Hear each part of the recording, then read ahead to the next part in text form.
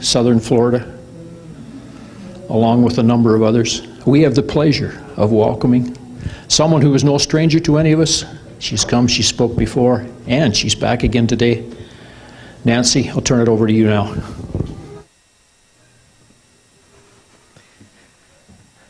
Good morning. Yeah. I'm going to be sharing something a little bit different today than I usually share. Usually I teach out of my coaching practice or out of the corporate training that I do, things like personality and other things. And when Mike asked me to speak today, I felt that God wanted me to share something personal, which is a little unnerving for me because it's not something that I'm accustomed to. So it puts me way out of my comfort zone, and that's okay. That's the work that God is doing in my life. But at the time when he asked me, I really didn't know what I was going to talk about. And then God gave me something to talk about. So I'm going to invite you into my journey of faith. This has probably been in the works like my entire life, just sort of brought to highlight by some recent experiences. So today I want to talk about when God disappoints us. And I'm going to say right up front, I don't have the answer. I don't maybe even have an answer. I only know what God has been showing me, and this is definitely a work in progress. So I hope that it resonates with you a little bit. It's really just my story. So this is the typical process that I go through, and it's probably not unique to me, when I'm pursuing a goal or a dream.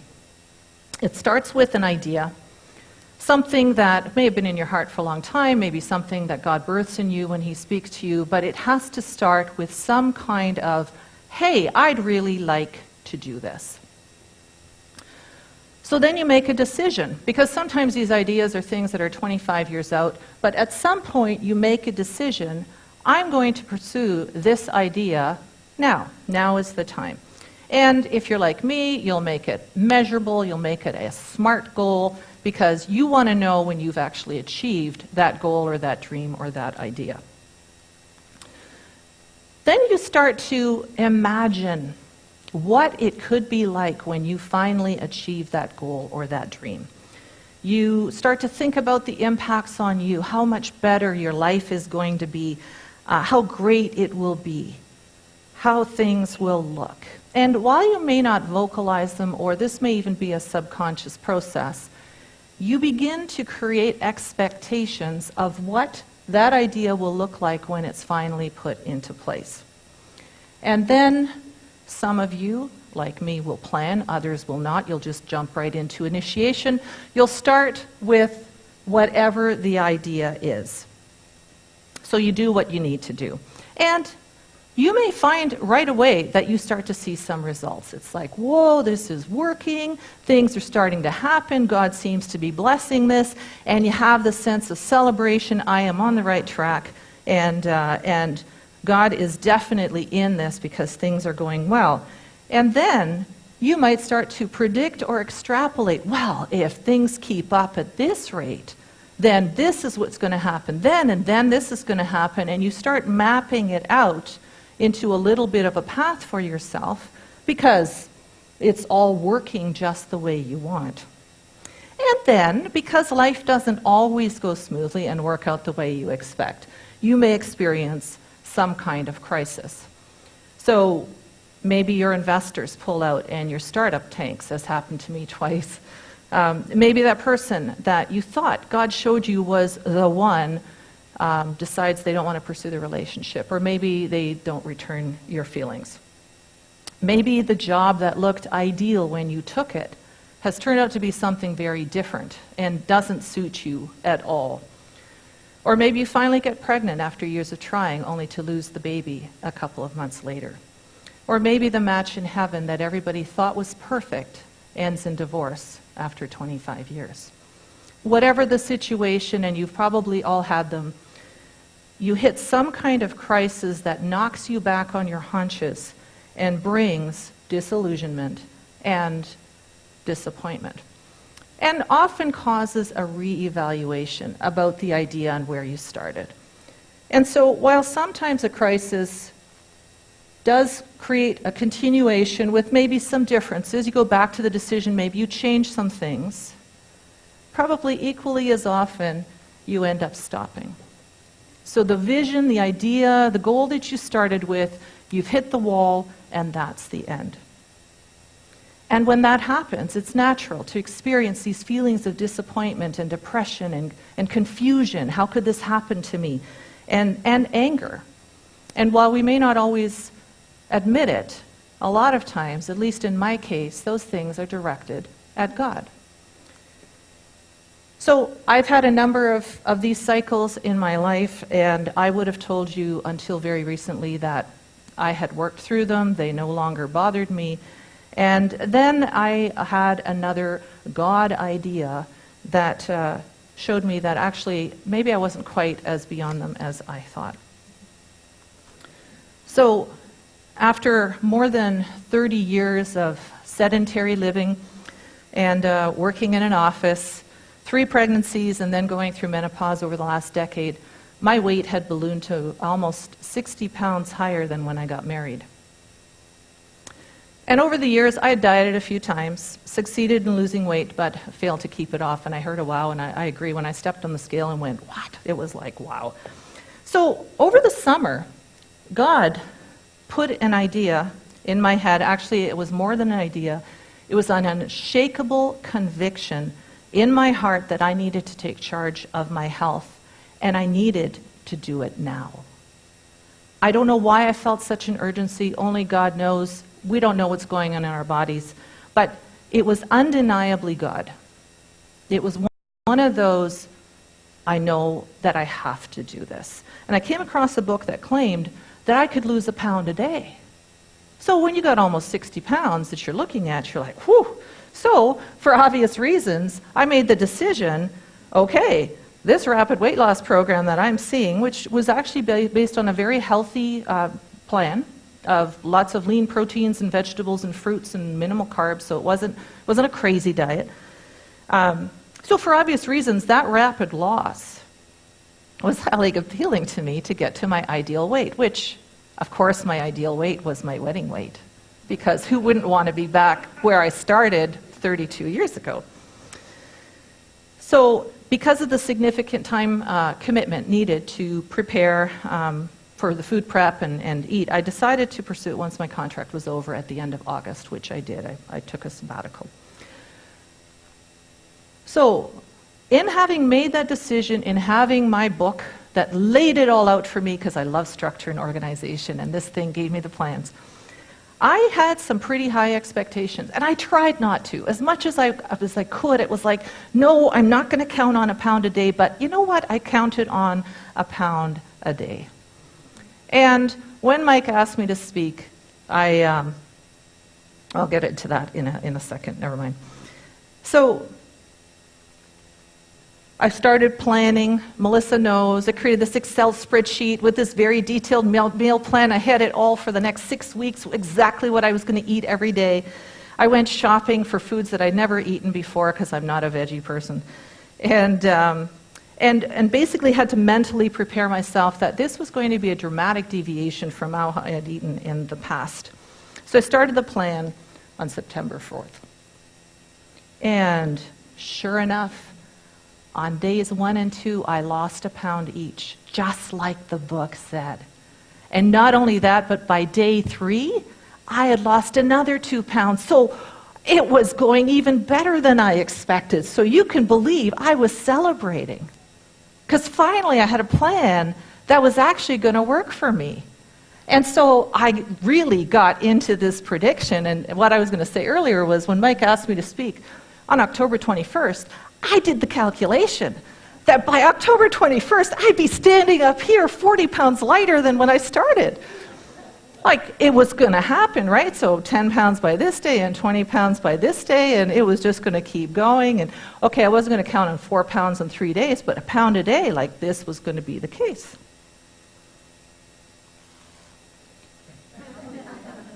So yeah, it didn't quite work out the way I expected. I hit the wall.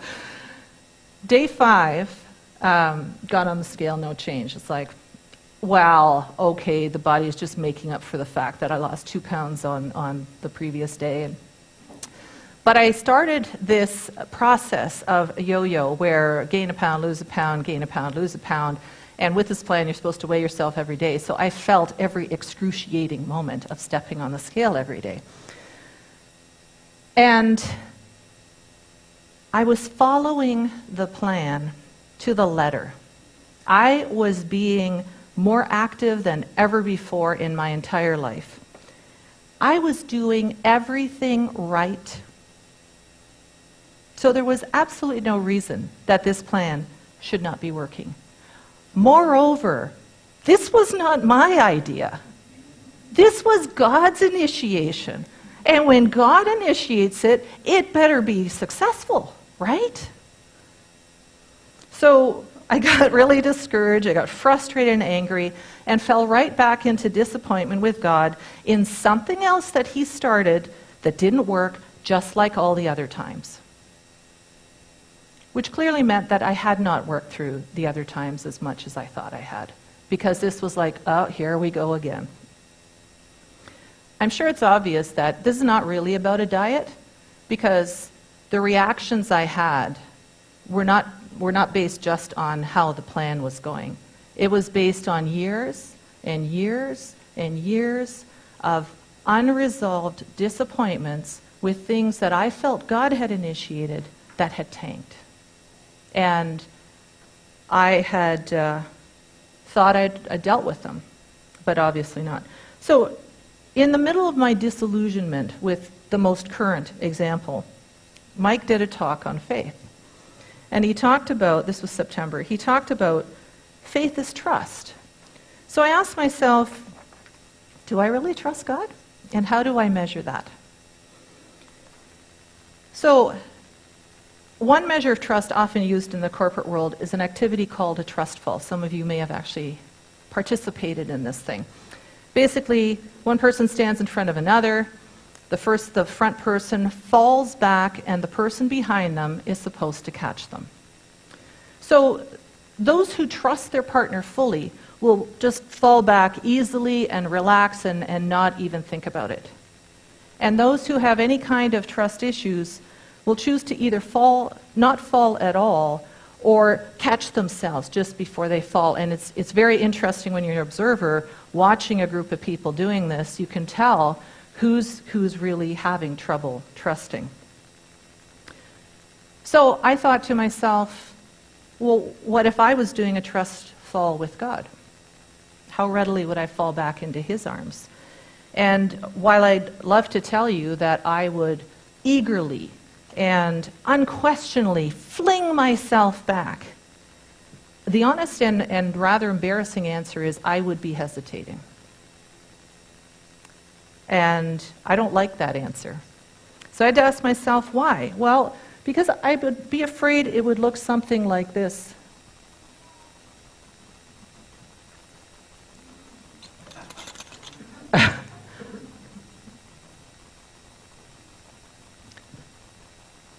Not that God would say, oops, he might be looking somewhere else and, oh crap, forgot to catch her, kind of thing. Because when I think about letting go, I have this vague sense that in the past He has broken my trust. And He's let me down multiple times. So if I fall back, maybe He'll catch me, and maybe He won't. Because He's unreliable and unpredictable. Which really means that in the past, all those times of disappointment, I had a specific outcome in mind that He did not meet. So I expected, and He disappointed. After Mike talked about the faith of God and trust, I realized that I had just buried the disappointments of those past experiences under things like, well, I don't really care. It doesn't matter. Or better yet, the ways of God are higher than our ways and beyond our understanding. And while that's true and it's scriptural, it really didn't do it for me. I needed to know why. Why did this happen?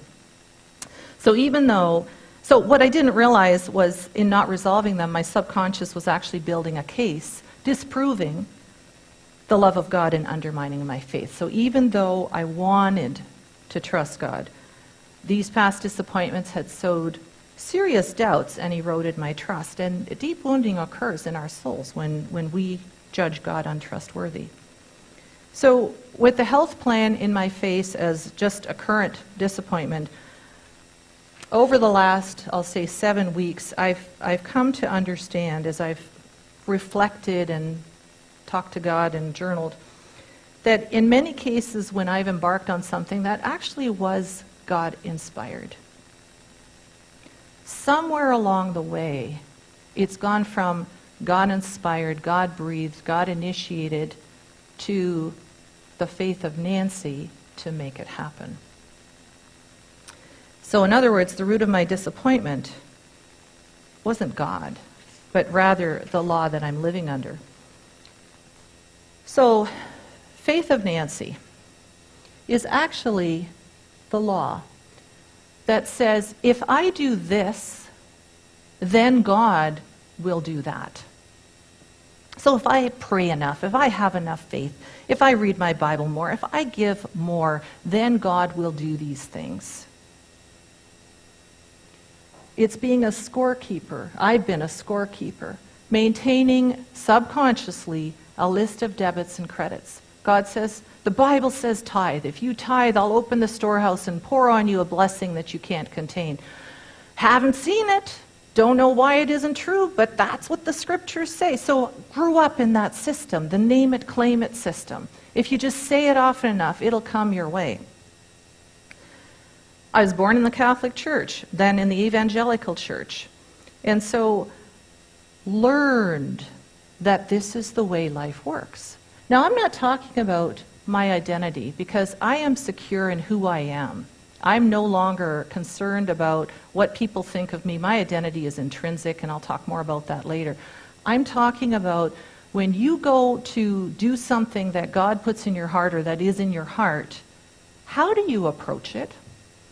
And in my case, if I did the plan, I earned my pound a day. And there was no reason that that shouldn't be working. So then I came across this scripture that said the law system that I was operating under to make things happen is bound to bring about disappointment, regret, and anger. I'm like, holy smokes, that's exactly what happened. It is obligated. It is wired to. It is guaranteed to bring about disappointment. When I operate under the if I do then God will, I will be. It's a promise. I will be disappointed and feel regret and be angry. And I can testify that's absolutely true. Because with the law, when I'm operating with that mindset of law, there are always expectations that will never be met. Especially when I'm the one setting the expectations based on my own imagination. So it may start with God, but it ends with, or it continues with, me, my personal performance. And this verse says, faith would be emptied of its substance and the principle of promise would be meaningless if the law of personal performance was still in play. So when I'm operating under personal performance, I render faith and the promises of God meaningless. Ouch. Now, if you go back a previous verse, it makes it even clearer. If those who get what God gives them only get it by doing everything they are told to do and filling out all the right forms properly signed, that eliminates personal trust completely and turns the promise into an ironclad contract. That's not a holy promise. That's a business deal. And that was a double ouch for me, because I like doing everything I'm told to do. I'm a rule follower. I like structure. I like organization. When I fill out all the right forms and check off my to-do list, I'm really happy because I know I haven't missed anything. But this tells me that that approach that I just do so naturally because of my personality and my training eliminates personal trust. It doesn't need personal trust because the the execution of that contract and the outcomes that the contract promises have nothing to do with trust. You're not trusting the other person. You're trusting the contract, the paperwork. Another version, the Mirror Bible, says, it's a matter of embracing a gift rather than receiving a reward for keeping the law. So when you want to talk about the faith of God, the faith that God has, it's embracing a gift rather than receiving a reward or earning it. So I'm a list person. I like lists. And so, of course, in my own analytical way, I had to contrast and compare the two ways of operating.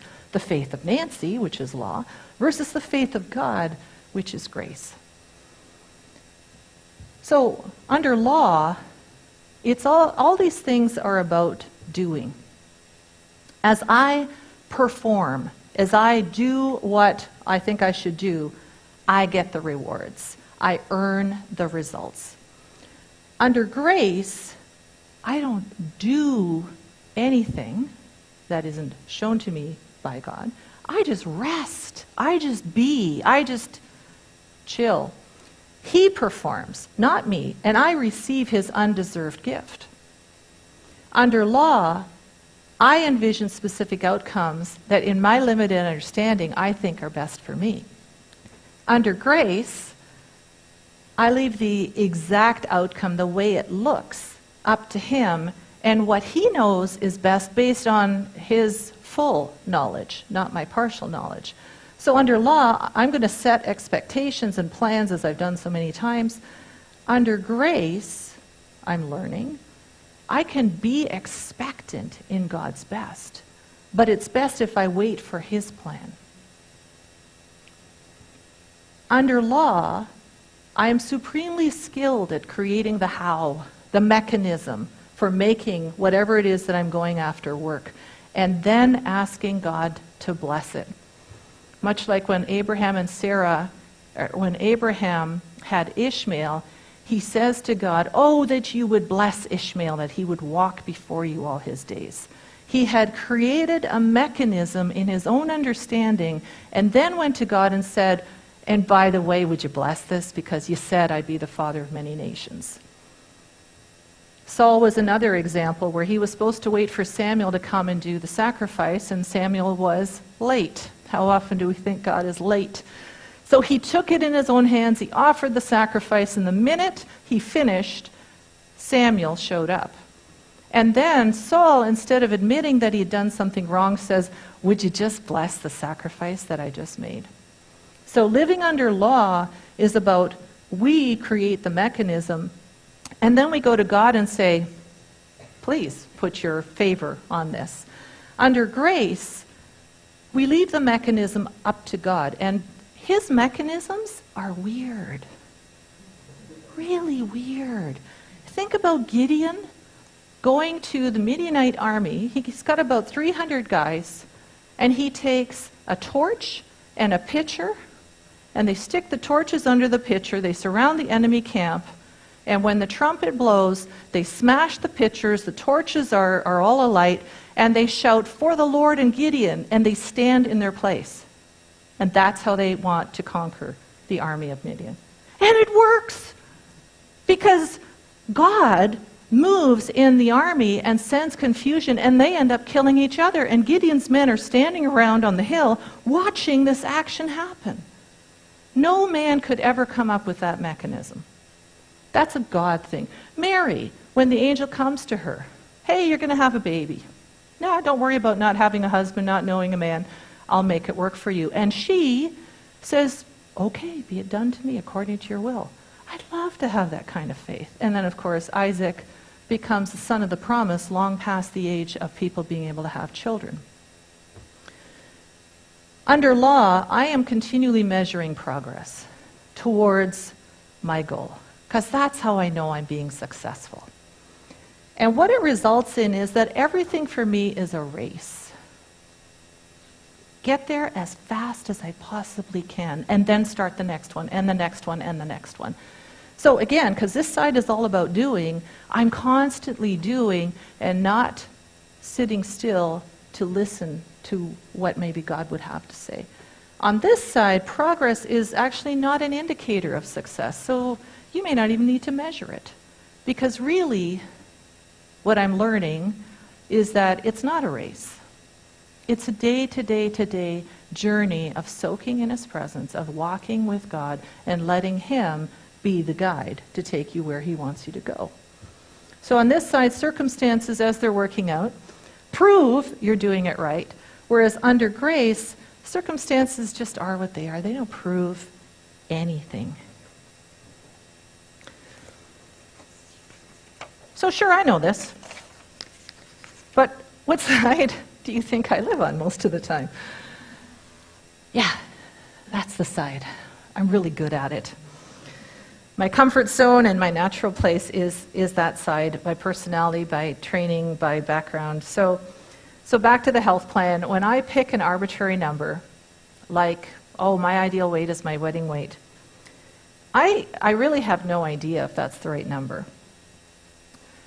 But the point is, in picking that arbitrary number, I now set the context for all of the things that I'm going to do after that. For the counting, the measuring progress, and assessing my performance. And when those tangible things don't line up with the number that I made up, I admit it, I get discouraged and disappointed and say, so God, you started it, where are you in it? And I don't even see that I'm the one that has strayed. So my disappointment is in my misaligned expectations. So how do I change my default setting? Clearly, what I've been doing has been my default for so long. God's been gracious to me in beginning to expose to me how I do default to this more than I ever thought. So my big question is, how do I get to the place where I can do the trust fall and believe that He will actually catch me 100% of the time? There's a line in the Shack that has resonated with me since I first read it. And it says, trust is the fruit of a relationship in which you know you are loved. And that's really true. If I did a trust fall with my husband or my kids, I wouldn't have any hesitations because I know that they are for me. I know that they love me. I know that they would never want to see me humiliated or hurt. So clearly, to live by the faith of the Son of God and to have that kind of trust is to truly have that revelation of God loving me. And as much as I thought that I had internalized it, and I think that we grow in that, so I have internalized it, but obviously not enough. I have a way to go. But something hit me just last week. You know, God speaks to us in words we understand. So how He speaks to me is not how He speaks to you. So He used my own language back to me last week. It was kind of the language I talked about in my book, where I talk about essence. So years ago, and this was the trigger for writing the book, He said to me, just as I am who I am, you are who you are. You are not your performance. You are not your feelings. You are not your choices. You are Nancy. You are, period. End of story. It turned my life around because it shifted the basis of my identity from the things that I do, from my performance, to just my intrinsic value as God's creation. And I call that essence. The essence of something is the intrinsic nature that differentiates it from everything else, that never changes. And it cannot be changed by external things. So we all have an intrinsic essence. This podium has an essence. Your coffee has an essence. Your pet has an essence. We all have an essence that makes us different from everybody else. So my opinion, other people's opinions can't change my essence. Circumstances can't change my essence. And what hit me last week was, if I don't let other people's opinions or circumstances, if I don't believe that changes my essence, then why would I believe that my opinion or circumstances would change God's? And what's God's essence? God's essence is love. He doesn't have love or give love, or it's not a commodity. My essence is who I am intrinsically, apart from anything I do. That's his essence. You might as well, when you read your Bible, wherever it says God or Lord or Father or Jesus, say love, because that's who he is. Which to me means he is incapable of acting in a way that's inconsistent with his innate nature. I can't act in a way that isn't me.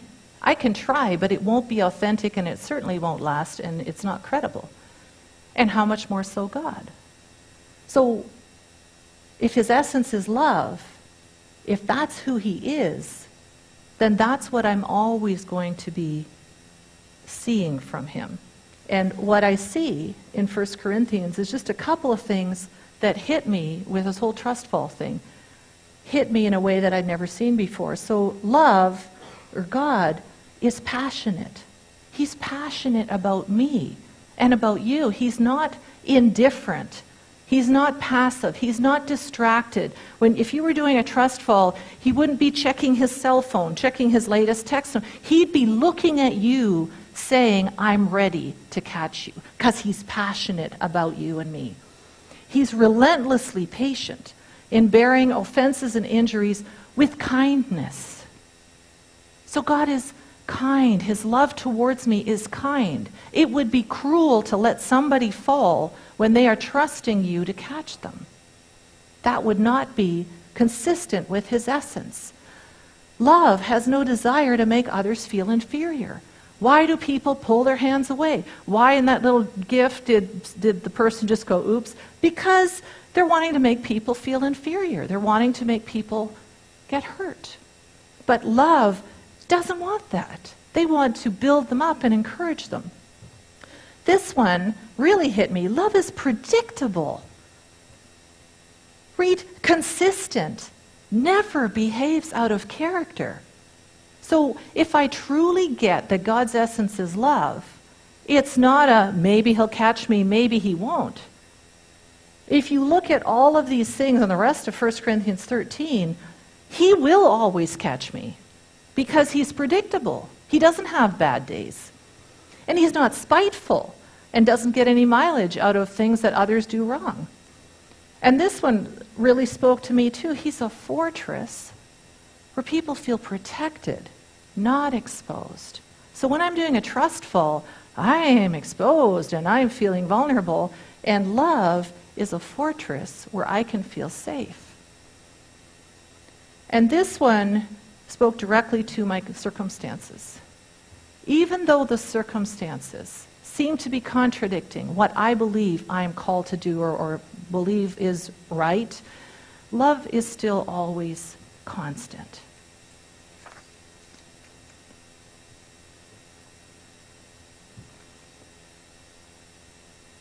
Oh, you can't see it very well. I just wanted to circle here all the ises. When you think about essence, essence is the beingness of somebody. So God doesn't have those things. He is those things. So the foundation for trust, for me, is knowing that love has these unchangeable, inviolable properties. They don't change. Like water has properties, fire has properties, light has properties. Science study those things, documents those things. They don't change. So how much more the Creator than the created? So everything in 1 Corinthians 13 is true of God all the time. And James backs that up. Without exception, God's gifts are only good. Perfection cannot be improved upon. The gifts come from the Father of lights, with whom there's no distortion or even a shadow of shifting, nor a hint of a hidden agenda. So circumstances don't change God's character, even if they seem contrary. They just provide an opportunity for him to demonstrate it. And when I think about shadow of shifting, I think about the moon. And I think most of you would know we only ever see one side of the moon. That side of the moon, as we move, it kind of moves with it, so we're always looking at the same side of the moon. We never see what's the dark side. And I think that's a picture of, in nature, of how God is with us. He is with us face to face all the time. No matter where we move, he's looking at us, right? So we can move this way and God's right in front. And we move that way and he's right in front. Because there's no shadow of shifting. There's no turning his back so you see the shadow like you would the dark side of the moon. So he's given us a picture in astronomy of how he faces us all the time. He will never look away, which means he won't let me fall. So what I'm learning is, if God's essence is love, if it's all those things and he's always focused on me, then the lens that I need to look at for my circumstances are the lens of love, not he's broken my trust, he's let me down, he's not faithful, he's not consistent. So when it comes to the health plan, which is the current challenge, it is not a matter of counting the pounds. It's, instead of it being a diet with a specific number and a time frame, what God is challenging me to do is to see it more as a promise of a long-term lifestyle that will keep this body, which belongs to him anyway, healthy for as long as it's designed. And, you know, I'm still hoping that the weight will go down to some great number, but I'm not fixating on a number, at least not most of the time. Okay, so my new approach when things don't work out, and in little letters, I hope, because like I said, this is a journey. It's not something that I'm perfect at, and I'm still learning, and I'm still applying it to my current circumstance. So you know the song, when you don't move the mountains, I'm asking you to move. When you don't part the waters, I wish I could walk through. When you don't give me answers as I cry out to you. I can't sing that song, or at least I couldn't sing that song, the part that says, I will trust, I will trust, I will trust in you. Because I'm looking at those things saying, well, why don't you move the mountains? I'm asking you, and why don't you part the waters? And why don't you give me the answers? But what do I do then when these things happen? Because they do happen. God doesn't owe us an explanation. And I can't always understand why a loving God would allow something that would bring me pain, because I know how I am with my kids. I never want to see them hurt. But that's not always the best thing either. And I can't judge God's love by my own imperfect love. And I've got it turned around again, because he doesn't have to explain himself to me. He has nothing to prove, because he's already proved it 2,000 years ago. So what's the response when those things are? Well, the first response is, I'm right, and God has failed me, which again proves he's not trustworthy. Or the second response is, well, I'm looking at those things and I'm saying, love wants only good for me. I'm missing the big picture, and I know he is causing all things to mutually contribute to my advantage. I don't know how, but if I'm not focusing on mechanism, if I've shifted to the right side and it's not up to me, then I know he will cause all things to go for my advantage.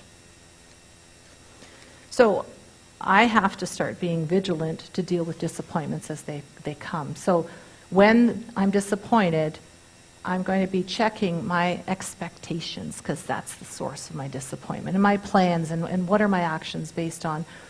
And then shine the lens of love on it to say, as I did. So those disappointments I mentioned earlier, the 2 startups and various things, went back and looked at them through the lens of love.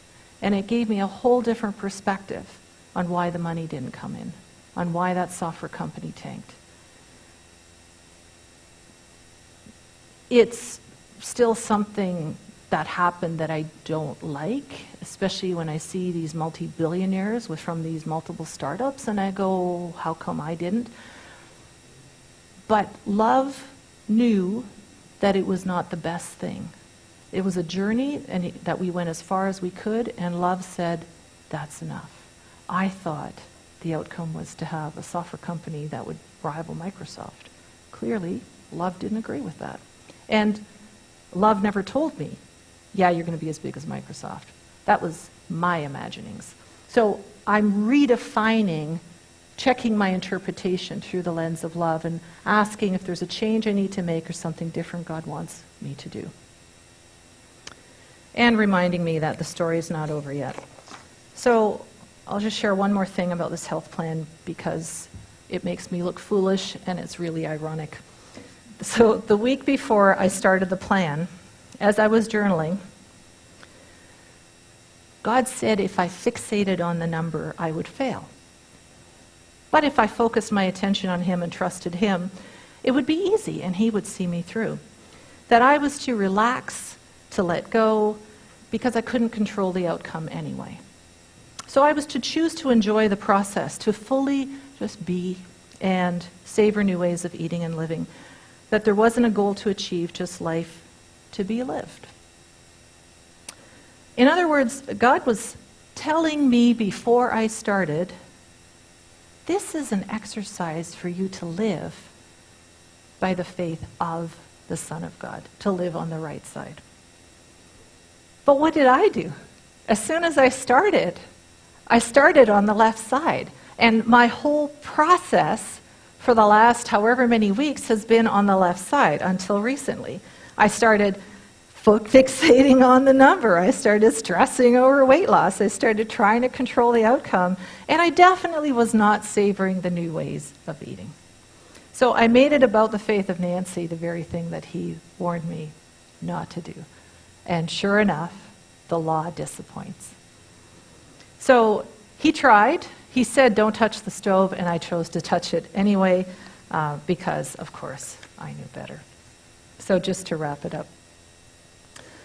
The journey continues with a lot of questions. As of 5 weeks on the health plan, I was down by 12.5 pounds. That's decent, right? It's not a pound a day, but it's decent. And then God issued a challenge to me that I not get on the scale for pretty much 40 days after that point. And I said, you really have a thing about 40 days, don't you? Yes, he does. So I'm not going to get on the scale until my birthday in November. That's the milestone that he has set. And it's driving me nuts. Because I don't know how I'm doing. I can't tell.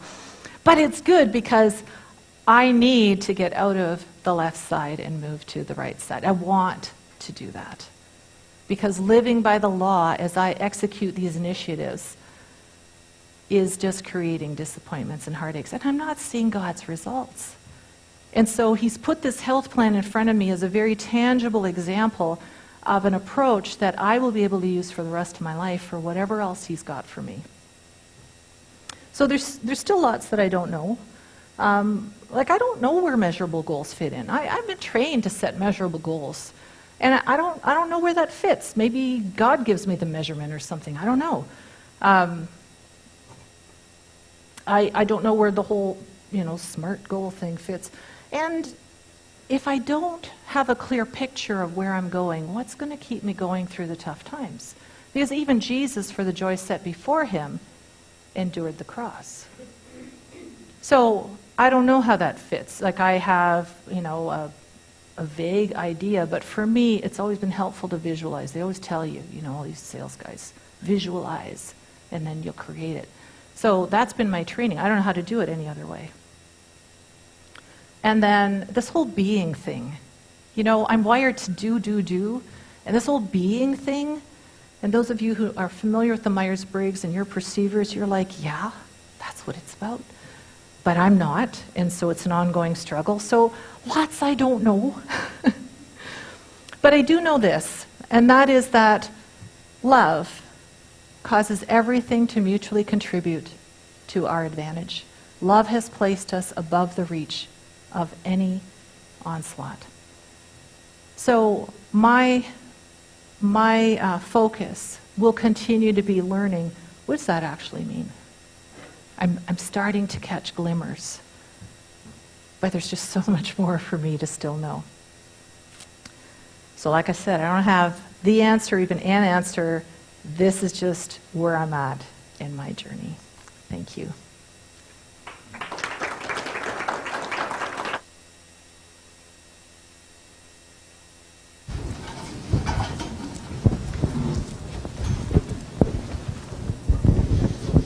Thank you, Nancy.